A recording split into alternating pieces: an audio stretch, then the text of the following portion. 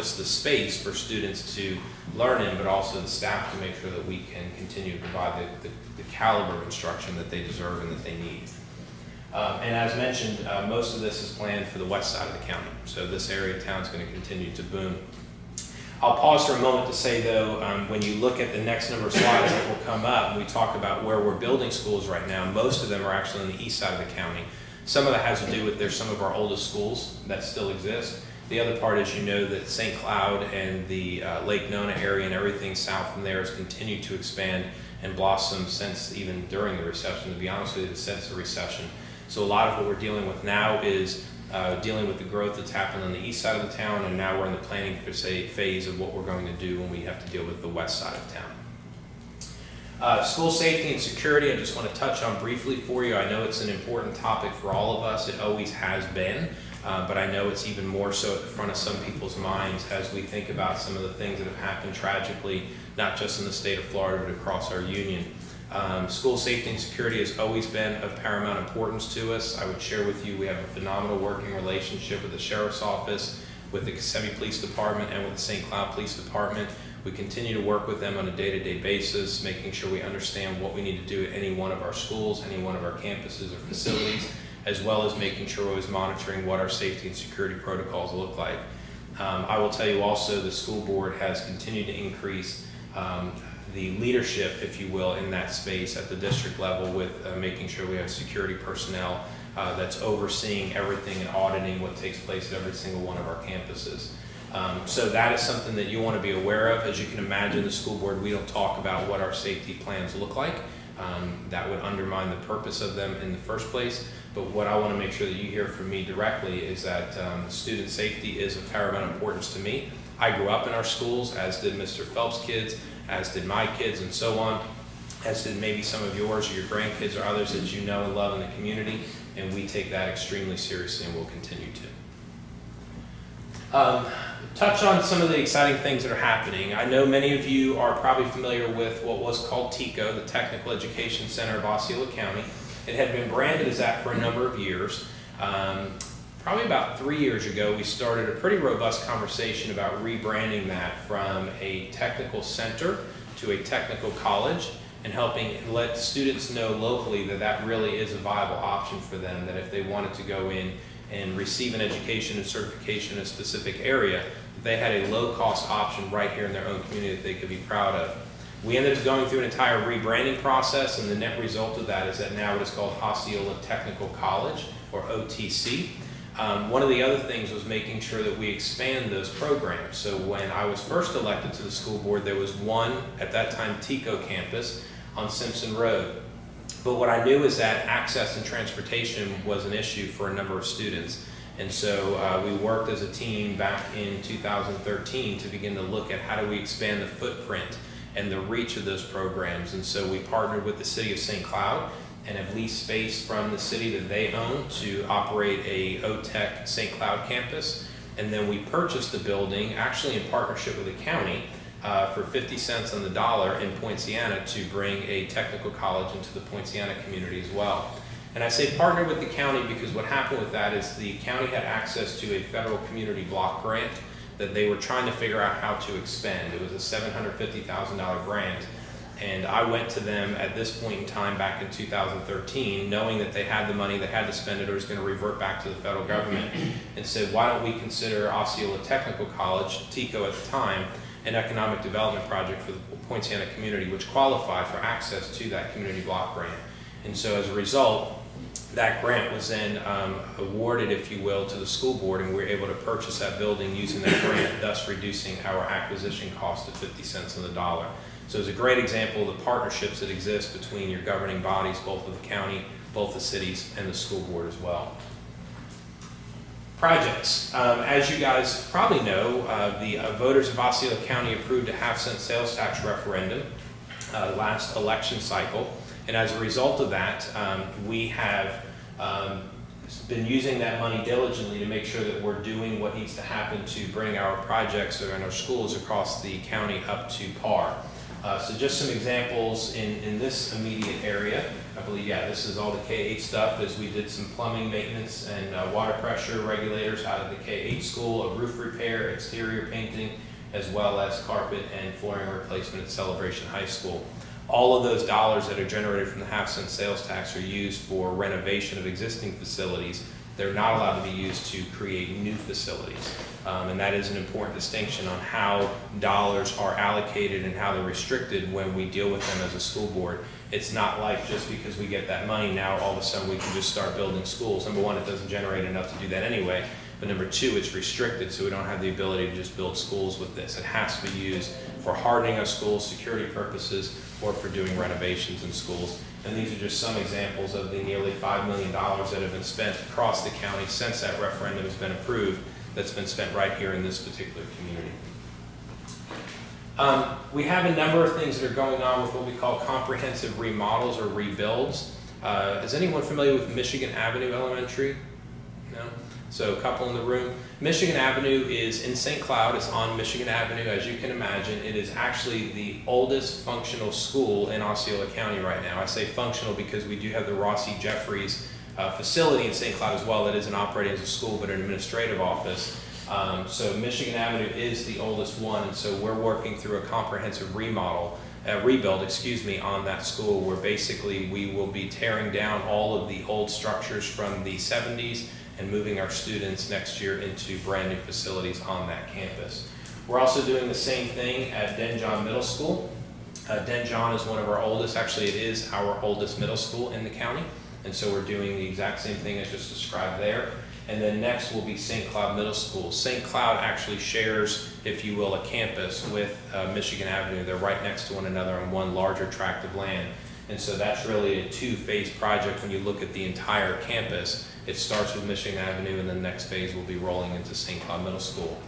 These are examples of how we're not only repurposing land that we already own, but also making sure that the process is handled in a way to where it's the least disruption to students. Kids won't have to worry about, I started at Michigan Avenue, now I'm changing schools. When they come back, they're literally just walking to one building that's new as opposed to another building that was tired. Okay. We just opened Touhou High School. Has anyone heard about this one? No? A couple?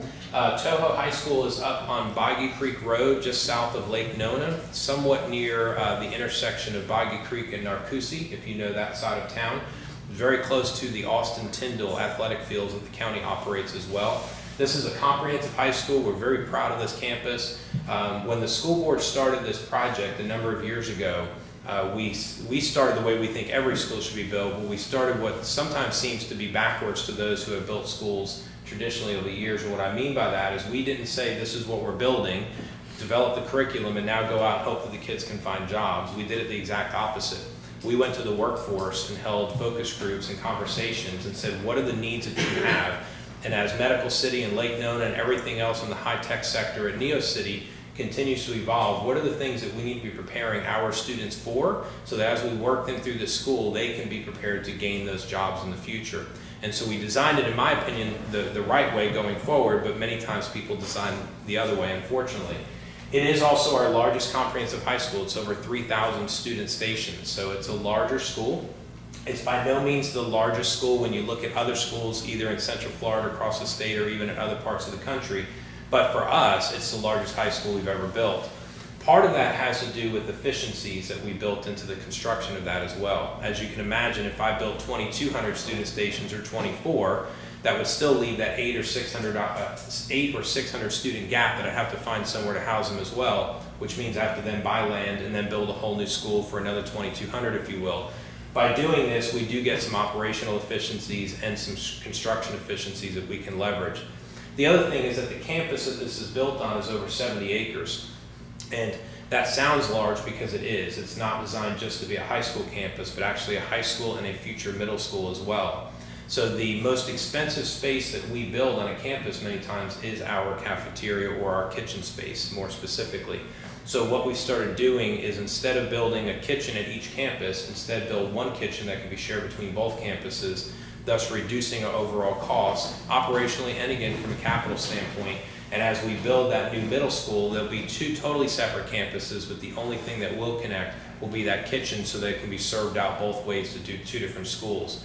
As taxpayers, I would submit to you it's something to be very proud of, not because I was a part of it and I want to praise from you, but it's something that I think we should be looking for in our elected officials, those that are going to be innovative and look for ways to save all of us as taxpayers money. The campus was also designed with a high degree of intentionality of making sure that all the public areas were in the front of the campus and all the student areas were in the back. So if you look at this campus, this is the main road out here, which is Boggy Creek. And so out front, you have the auditorium, the gymnasium, the administrative offices, the media center, anywhere that the community would want to participate in a normal fashion. All the student areas and all the classrooms are in these buildings in the back. That's not only done from a safety and security standpoint, but it's also done because, as I mentioned, we want to make sure that the community is engaged in what's happening in our schools, not just at the district level, but at the school level as well. And so your school board really does view your schools as an extension of your community. And so we want community members visiting our schools, being involved, being on the school advisory councils, supporting the athletic boosters, going to the performing arts programs that are taking place. But when we do that, we want to make sure that we also preserve the safety of our campuses. So it's designed with both of those in mind. And as you can see, it's a 350,000 square foot campus. It's a very large school. Athletic fields, you can see there, you can't see them all in the photo, but they're here and then they stretch over this way. Ultimately, the middle school would be built over here, just so you have some context. In addition to that, Harmony Middle School, I think we're going to the topping off ceremony next week, maybe even. It's coming up very soon. We're building a new middle school in Harmony. Have anybody ever been to Harmony? Tom, I know you have. So Harmony's on the far east side of town. So I tend to think many times, although there's another couple schools west of you guys, I tend to think of Celebration as the west side of our school district and Harmony as the east side of our school district, although trust me, it goes a lot further geographically than both. We have Harmony K-8 or Harmony Community School, which has been in operation out there for a number of years. We have Harmony High School, the Longhorns, and that's been in operation for a number of years, and now we're building the middle school. And so what will ultimately happen is we'll move those kids out of the K-8 into the middle, have a K-5, a middle, and a high school, which is a pretty traditional format for us as well. That's taking place as we speak right now. It's 33 acres. A cost of $32 million was the investment from all of us as taxpayers into that school. And we're building an additional 1,400 student stations, so we'll serve an additional 1,400 students there. The other one I wanted to mention is Neo City. How many of you are familiar with Neo City, the actual community? Neo City is an incredible project. I'm glad to get to just touch on it for you today. Osceola County has a 500-acre tract of land, almost right in the heart of downtown Kissimmee. It's just east of the city limit, but it sits between Neptune Road and 192, if you know any of those roads over there. And what they've done, and I'm proud to say I was a part of the process, a number of years ago, myself and a number of other people from the business community flew to Austin, Texas, and you guys are probably familiar with what's referred to as the Austin Miracle. How did they create the high-tech jobs that they wanted in Austin, Texas, and how did they transform that economy a couple of decades ago into what they did? And yes, it helps that they have a major university right in their backyard and the state capital, but really it was the intentionality that they put into making sure that they were bringing in the infrastructure and attracting the employers that they wanted. So they created, if you will, this Austin Miracle. Albany, New York is another example where they do something else with high-tech and sensor research. So myself and a number of others from the Chamber of Commerce flew to Austin, I think it's been 5 years ago now, met with some of the original architects of what they did in Austin, Texas, interviewed them, talked with them, collaborated with them. Ultimately, a couple of them were hired and brought back here to Osceola County, which became the creation of what's had a number of names over its forming, but has now landed on Neo City. So Neo City is a comprehensive city that's going to be developed, all based around high-tech sensor research. So those are the sensors that are in our phones, in our cars, in our appliances, pretty much everything in this, I'm sure, and everything that we use that derives technology. So there's clean rooms in this facility, and then the county is working on expanding partnerships. For instance, they already have a partnership with Harris Corporation. It's going to be operating out of there. The University of Central Florida is a partner. The school board has been a partner since the very beginning. The cities are partners in this. The state of Florida has been a partner. And to give you an example, it's been said that Neo City is such a significant game changer for the state of Florida that it seems reminiscent of what Disney did to the state of Florida more than 50 years ago. This would be the introduction of high-tech central research and high-tech jobs coming to our state as well, right here in Osceola County. So as that was taking place and developing and evolving, which is still happening as we speak, the school board was immediately engaged in conversations with your county commission to say we want to make sure that we're intentional about creating the workforce that's going to be prepared, that as these employers are here, these students are getting the exact education they need to be prepared for those jobs. And so we are literally constructing Neo City Academy. We have not broken ground on it yet, but it's happening very soon. That's happening in the next week or two, if my memory is correct in my schedule as well. It's going to be a smaller campus, as you can see from the data points. It's 5 acres. It was a land deal that we did with the county so the school board can take control of that 5 acres within the community. We're going to be building a 45,000 square foot facility, and the plan is to only have 625 students that will apply, and Tom deals a lot with this, that will apply to be able to go to that school, and it's based on their ability, their rigor, their academics, and everything to make sure that they can handle what the school is ultimately going to provide. Right now, we are incubating it, if you will, where you have the students, the freshman class is in existence right now. They're meeting in the 9th grade center at Gateway High School. So technically, Neo City Academy is housed on Gateway's campus, which is right across the street. And then next year, in August, when we are completely done with this building, we'll then move those 9th graders in as 10th graders, and we'll bring in the new 9th grade class, and then we'll have 2 classes. And we'll continue to grow 1 class at a time until we have all 4 classes, which will represent about that 625 student body. To give you an example to compare to, I'm sure many of you are familiar with our School for the Arts, the Osceola County School for the Arts, continually recognized as one of the highest performing schools in the entire United States. This school, in my opinion, and I think in others as well, is going to be of that caliber and is going to be recognized as one of the best, not just in Central Florida, not just in the state of Florida, but I promise you in the United States of America, if not looked at worldwide, to be really candid with you. We brought the principal from Poinciana High School, who is absolutely amazing, Mr. Meechin. He's done phenomenal work at Poinciana High School. We brought him here to lead the work, and he has just been so excited about the work he's doing. The students are excited. I actually just talked to a grandfather the other day who reached out to me and he said, my grandson got invited to be a part of something called Neo City Academy. I don't even know what that is, what it's about, where is it even located? And after talking to him for about 10 minutes, he was like, this is the most exciting thing I've ever heard. I wish I was in school again.